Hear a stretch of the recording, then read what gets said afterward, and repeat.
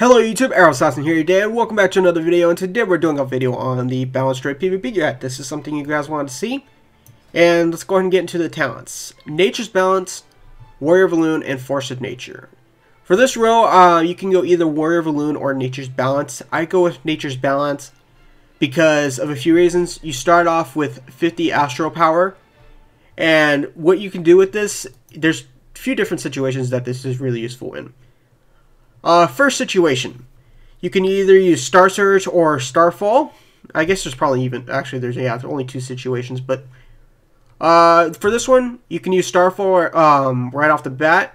And how this works is, say for an example, you saw a Stealther and you can go for the prediction. I call it prediction shot, whatever you want to call it is up to you.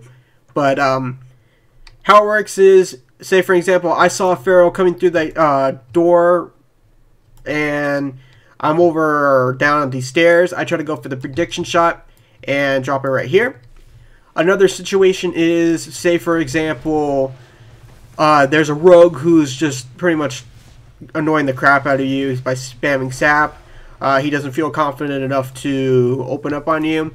So once you're about to get out of the sap, you can go for the prediction and drop a Starfall right here, and he'll either A, fight you, or he'll run away and waste his vanish. So that's just another thing that could really help. So like he'll waste his vanish, and that's just one less cooldown. So it's really nice, and the reason why I run with Nature's Balance.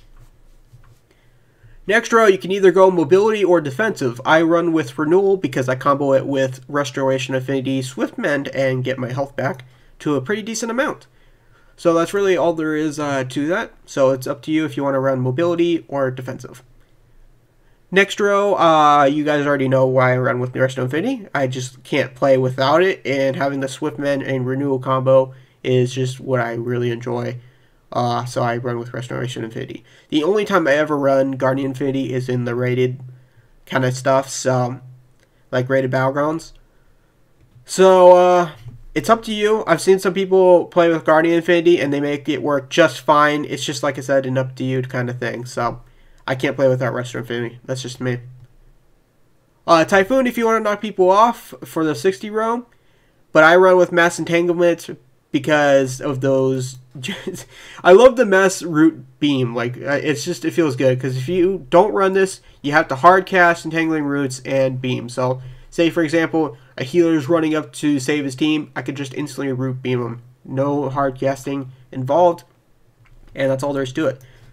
Mass Entanglement also, well, I'm sure you guys already know, but it basically roots everybody near the target that you're about to root.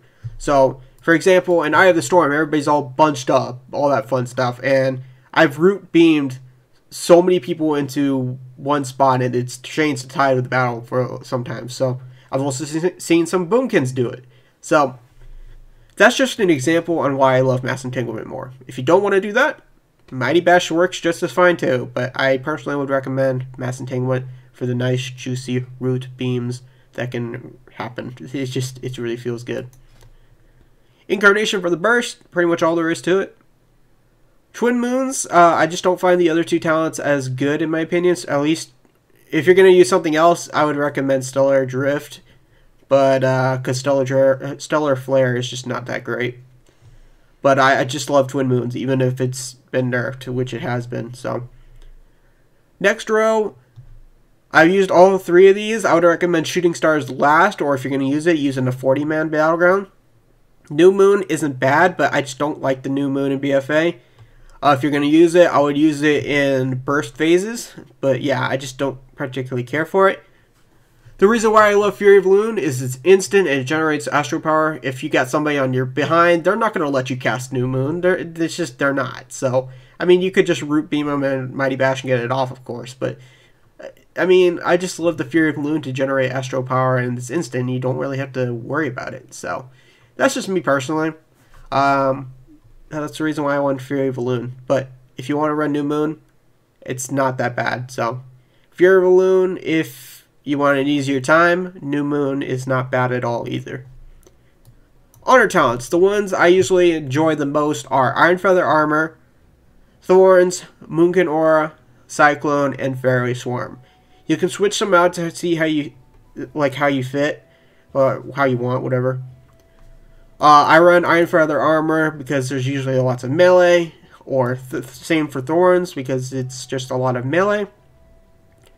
The only ones I really switch out often is the third one. For the most part, I always run the Iron Feather Armor and Thorns because of how many melee play this game.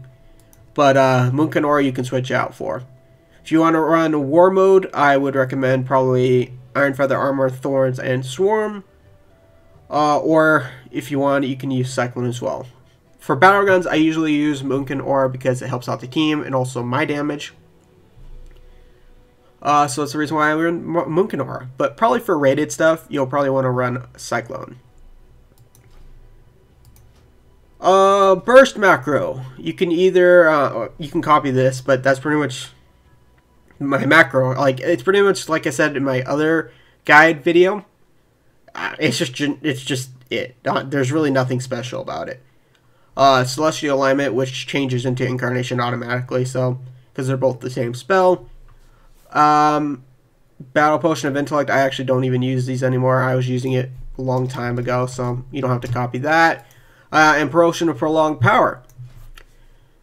Trinkets, if you have one, which I don't have any, they're just proc ones, you can add them in the macro as well. Or if you use saltwater potions for battlegrounds, which I know some people do, you can add that to the list. Or if you're a troll, you can add that to the list, which I don't have any abilities to add to this macro. So, either way, like I said, it's just, that's it. So, nothing too special about it. Or if you don't even use Potion of Prolonged Power, you don't even need a macro. So, like I said, it's up to you. So, whatever you add to the macro is what you add. Let's go over let's go over traits next. Traits, I would recommend getting 3 Arcanic Pulsar for the Star Surge damage.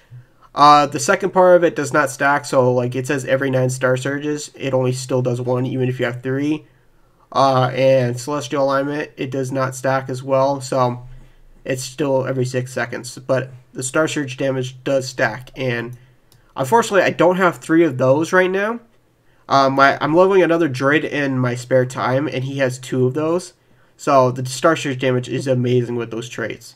I just don't care for any of the other traits. I mean, I'm just using generic traits in the off time. Like, this one isn't really that good, but it's all I got. And Laser Matrix is what I got in my other one. It's just like other traits don't really impress me as much. So I get asked. That's pretty much it. I would recommend getting 3 Arcanic Pulsars if you can. Otherwise, I do like Battlefield Focus probably for another one, but yeah, that's pretty much it. Stat priority.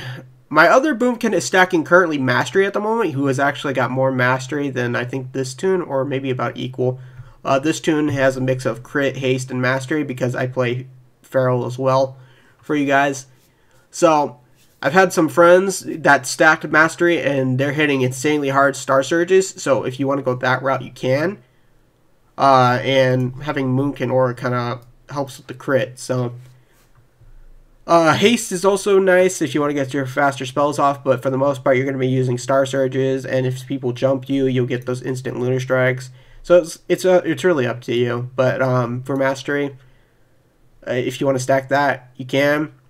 But I went for the mix of all 3 on this tune, and on my other druid, I went Mastery.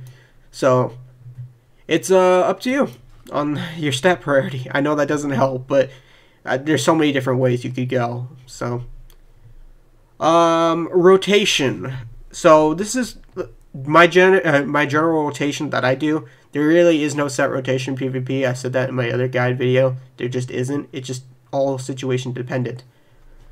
So what I usually do is I'll get dots on everybody to build up some Astral Power, etc.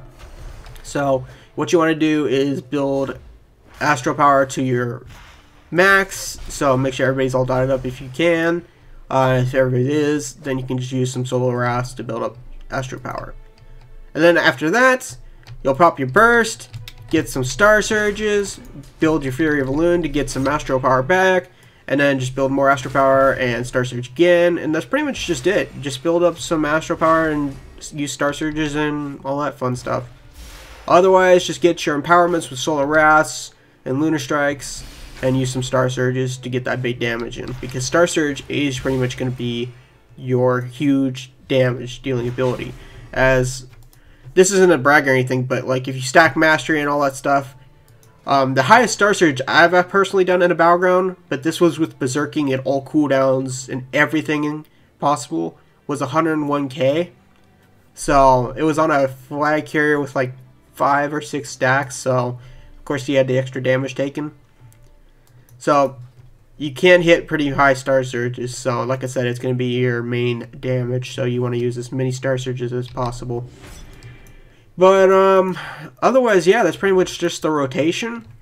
Just keep using Star Surges, use your empowerments to get in all that stuff. So Fury Balloon, like I said, there's no set rotation for PvP, but that's just my general rotation. If anybody is a stealther that's nearby, you can use your Starfall to get them out of stealth. Try to go for the prediction shots. It's really hard, but once you master it, you'll kind of get the general idea on where people are going to be hiding and get that Starfall out. You'll get the, like, when you play this game for a very long time, you know where people are just going to start being stealthed and blah, blah, blah. I think there's one more thing I'll tell you guys. You will notice that there's a Star Surge icon that says 7. That is from the Arcanic Pulsar, and every 9 Star Surges, etc. You're probably going to ask me, how did I get that on the screen? So I'll tell you how.